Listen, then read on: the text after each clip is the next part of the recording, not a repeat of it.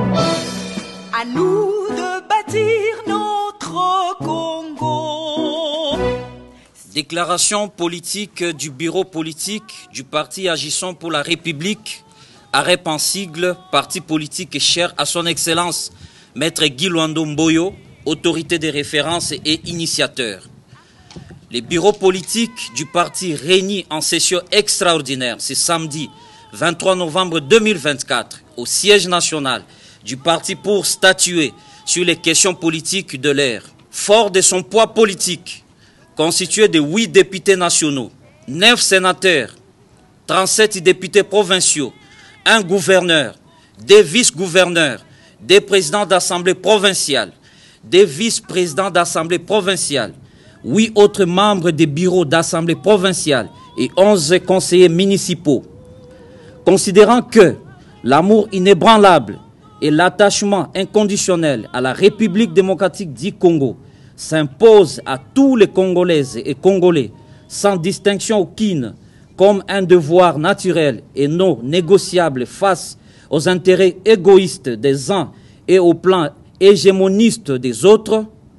considérant que face à l'existence réelle de menaces diverses qui pèsent en permanence sur l'intégrité territoriale de notre pays suite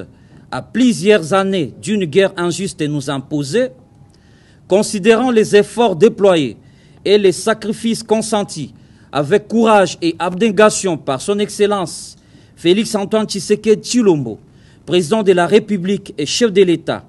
ainsi que les autres institutions de la République pour la préservation de la dignité du peuple congolais et la protection du territoire national hérité de nos ancêtres, considérant que les droits à l'autodétermination est irrévocablement reconnu au peuple souverain par la Constitution ainsi que les instruments juridiques internationaux, considérant que tant l'émanation d'une expression collective de vivre ensemble, la Constitution s'avère être un contrat social dont l'acteur principal demeure le peuple souverain, à qui revient la latitude de décider de son sort, directement ou indirectement,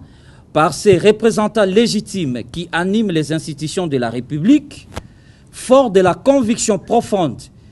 que le salut du peuple demeure et restera la loi suprême qui doit guider l'action patriotique des institutions de la République, en l'occurrence celle du président de la République en sa qualité de garant de la nation, dont le rôle est celui de veiller à l'amélioration du bien-être du peuple, notamment par la réforme des textes fondamentaux qui régissent la marche de la nation, étant donné que toute œuvre humaine est perfectible. Déclarons ce qui suit.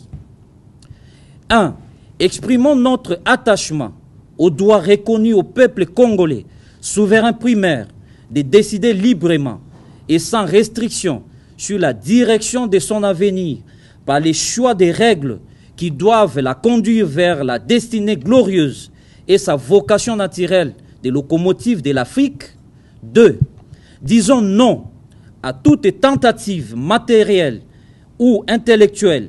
destinée à restreindre les droits et la liberté du peuple congolais, à réfléchir sur la possibilité d'améliorer les règles des droits qui régentent la nation dans le but bien compris d'assurer sa survie comme un peuple fier de son identité et de son histoire. 3. Disons oui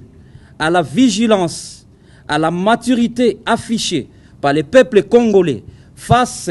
à différentes tentatives de manipulation dans le but non avoué et d'aliéner sa liberté de souverain primaire à décider librement de son sort. 4.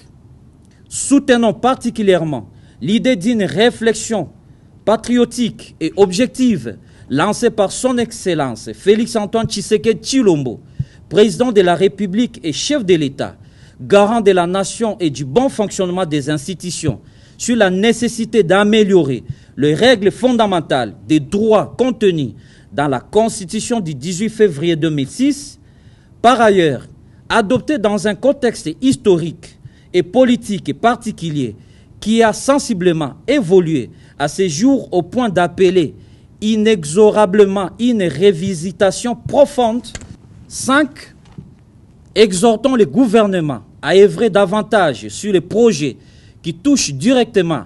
à la vie sociale de la population, notamment l'accès à l'eau et à l'électricité, les soins de santé de qualité, l'accès à la scolarité, la paix à l'est du pays, les infrastructures routières, mettre fin aux embouteillages, l'accès aux denrées alimentaires de première nécessité, le paiement régulier des denrées des agents de fonctionnement d'État, enseignants, militaires, et enfin, réitérons notre soutien